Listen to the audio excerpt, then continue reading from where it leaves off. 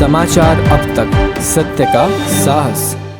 आगामी लोकसभा निवडणूक लढविण्यास इच्छुक असलेल्या उमेदवारांकडून काँग्रेसने अर्ज स्वीकारण्यास सुरुवात केली आहे। त्याच पार्श्वभूमीवर नागपूर जिल्ह्यातील गणेशपेठ परिसरात न्यू कॉटन मार्केट रोड स्थित नागपूर जिल्हा ग्रामीण काँग्रेस कमिटी कार्यालयामध्ये विदर्भ ऑटो रिक्षा चालक फाउंडेशनचे अध्यक्ष विलास भालेकर यांनी रामटेक लोकसभा निर्वाचन क्षेत्रामध्ये अनुसूचित जातींसाठी राखीव लोकसभा क्षेत्रामधून काँग्रेस कमिटी ग्रामीणला नामांकन अर्ज दाखल केलाय। अर्ज करण्याची अंतिम तारीख 10 जानेवारी ठेवण्यात आली आहे।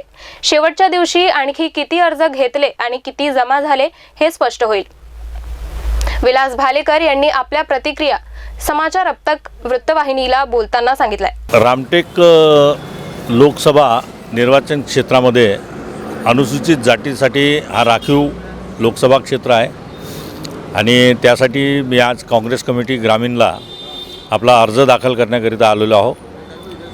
माझं असं मत आहे की ऑल इंडिया काँग्रेस कमिटीने आजपर्यंत अनेक लोकांना रामटेक लोकसभेतून संधी दिलेली आहे।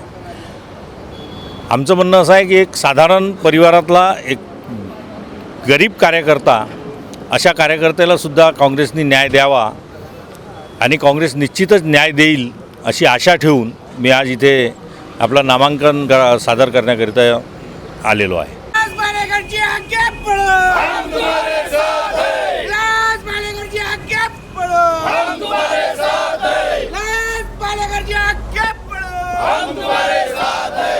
लोकसभा का नेता कैसा हो,